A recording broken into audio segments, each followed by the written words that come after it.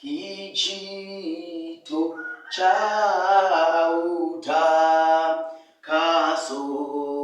nizame kuoshwa humo, na msifu Bwana kwa hiyo nimepata utakaso. Amen. Bwana Yesu asifiwe. Bwana Yesu asifiwe sana.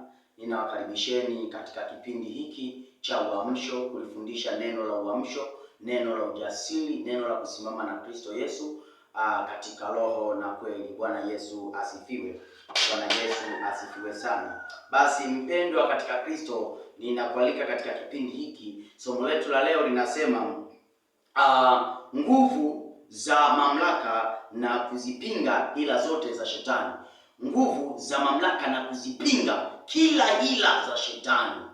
Iko nguvu ya mamlaka, mwana wa Mungu. Iko nguvu ya mamlaka. Na ndio maana unakuta kuna watumishi walio wengi hawana hiyo nguvu ya mamlaka. Hawawezi kuipata nguvu ya mamlaka kwa sababu wanaishi maisha ya kikawaida. Wanaishi maisha ya kikawaida, level za kutumikia Mungu za ukawaida. Na ndio maana hiyo nguvu ya mamlaka inakuwa ni ngumu kwao kuipata, inakuwa ni ngumu kwao kuiona, inakuwa ni ngumu kwao kuiona hiyo nguvu ya mamlaka.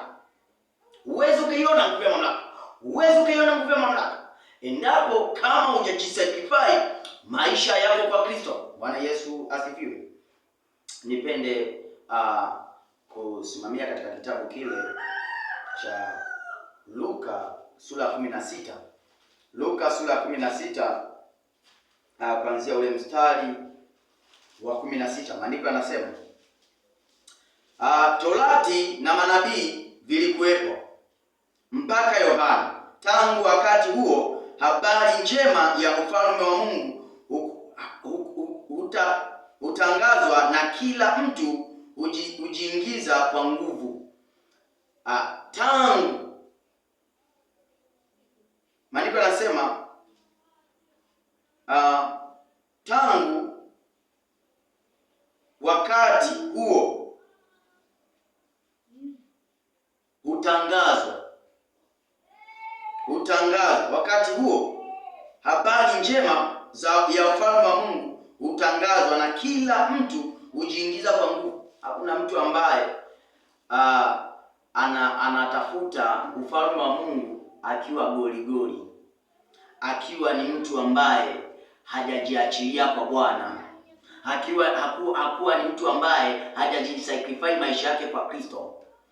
Ukijisacrifice maisha yako kwa Kristo, iko nguvu inakuzukia, iko nguvu inakujia, iko mamlaka inakaa ndani yako. Utafanya kitu cha mamlaka. Utasema wewe toka hapa, kaa hapa, na atakaa.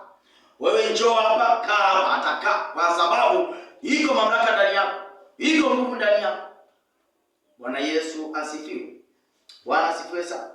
Leo hii ukimwambia mtu simama na Bwana, anakwambia hata mimi nimesimama. Ukimwambia mtu, sababu Biblia inasema ya kwamba chuma hunoa chuma, katika kitabu cha Mithali. Chuma hunoa chuma. Kwa hiyo mimi niliyenolewa kuja kwako kukunoa si vibaya, tunanoana. Kuna ambao unayafahamu, mimi siyafahamu. Kwa ni lazima sasa mtu mjoli wa Bwana, mtumishi wa Bwana anapokujilia, anakuambia kwamba ndugu yangu simama moja mbili kwa kadha kadha kadha. Unasema kwamba hata mimi nimeokoka. No, hapa hakuna wokovu. Wokovu wa Mkristo ni lazima asikilize, je, hii habari njema iliyotoka kwa mja wa Bwana, kwa mtumishi wa Bwana, je, inasema nini juu yangu? Leo mtu anakufukuza, ni Mkristo mwenzako na kukimbiza. Bwana Yesu asifiwe. Bwana asifiwe sana. Bila kujiachilia kwa nguvu huwezi ukaingia katika ufalme.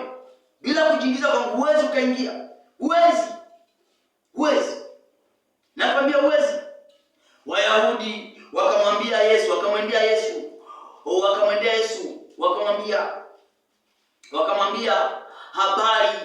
habari za siku ya Sabato. Yesu akamwambia pale katika kitabu cha Mathayo 12. Tukaona pale Mathayo 12. Mathayo 12 mstari wa 11.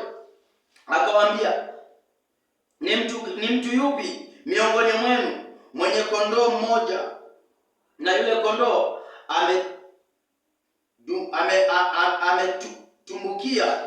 ametumbukia shimoni siku ya Sabato, asimshike akamopoa? Ni upi?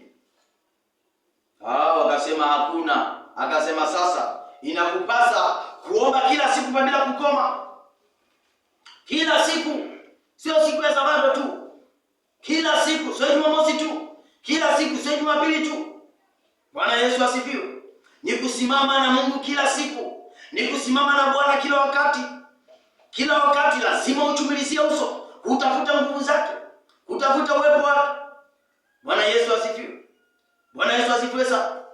Ndio maana Askofu Moses Kulola, tunasikiliza shuhuda zake, alikuwa akitafuta uso wa Mungu kila siku, akitafuta nguvu za Mungu kila siku, kila wakati. Anatafuta nguvu za Mungu, anatafuta uwepo wa Mungu, anatafuta uso wa Mungu. Anasema, nilikuwa naiacha familia yangu, nilikuwa namwacha mke wangu mzuri, naiacha godoro yangu, naacha kitanda changu kizuri, naenda huko mlimani, naenda huko msituni, ninaomba siku 3, siku 7. Anaomba. Wakati ukifika wa usiku ukiingia, akichoka, anapiga mstari, anachora duara inaomkidhi haja yeye kunyosha miguu yake na kuenea. Anamwambia Bwana, huu mstari niliochora ndio nyumba yangu. Akisema huu mstari niliochora ndio nyumba yangu, anakuambia nimeshuhudia. Toka wanakuja wanaishia kwenye mstari, wananusu wanaondoka. Simba anakuja anaishia kwenye mstari anaondoka. Chui anakuja anaishia kwenye mstari anaondoka. Hawamfikii. Iko wapi nguvu halisi ya Kipentekoste iliyopotea?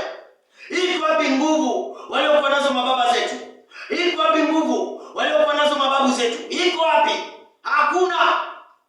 Kwa sababu leo hii wokovu uliopo ni wa kisasa, ni wa sayansi na teknolojia, katika falme ya kishetani ya 999. Bwana Yesu asifiwe. Bwana Yesu asifiwe sana. Ndio najiita ni sayansi na teknolojia. Leo hii unakuta watu wanavaa michumizio, viatu vile vya kudunda, viatu vya kunesa, wanaruka makanisani, wanachonea kwamba ndio wanaita utukufu wa Mungu. Hapana. Hakuna nguvu ya hivyo. Hakuna ibada ya hivyo. Unakuta mtu anaruka, amepaka kimini kaumu kanaishia humu. Hata akikaa unakuta ameweka zake kaleso, amefunga kaleso hivi, amekaweka hivi ili mchungaji mbele asione. Nikwambie, wewe ni Yezebeli. Na maandiko yanasema atakutupa kitandani ili uwe nao wasinio. Bwana Yesu asifiwe. Bwana Yesu asifiwe sana. Wakati wa kutubu umefika.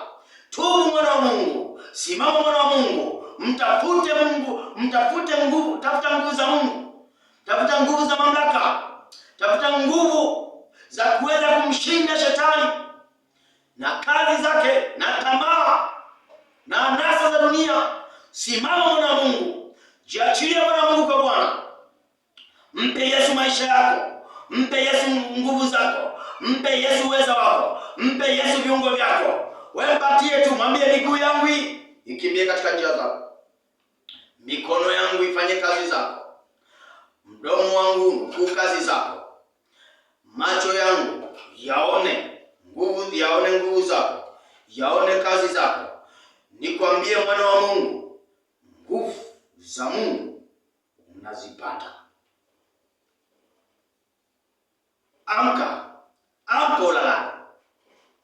Amka ulalaye.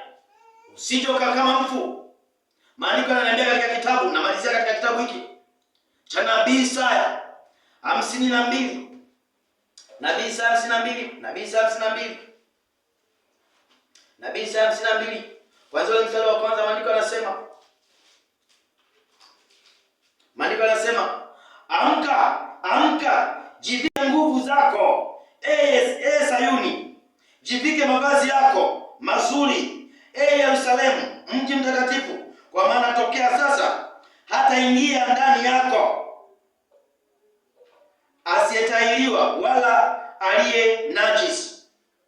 Utakapoamka kuanzia sasa, hata ingia mtu yote aliye mchafu, hata ingia mtu yote aliye mbaya, hata ingia shetani, hata ingia mchawi, hata ingia adui wowote kuitawanyisha mali yako, kutawanyisha uzima wako, kutuma magonjwa na michana katika uzao wako, katika ndoa yako, kuitawanyisha ndoa yako, hata ingia najisi. Bwana Yesu asifiwe. Amka, usije kama maskini. Amka, nikwambie mtumishi wa Bwana, simama kwa miguu yako. Simama, tengeneza yaliyoko katika maisha yako. Barikiwa sana mtumishi wa Bwana.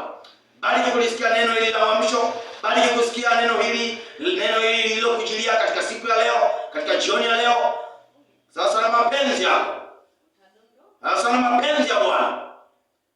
Maana ni Bwana amekufikishia ujumbe huu. Ni Bwana amekufikishia neno hili. Sawa sana mapenzi yake. Amen. Kijito cha uta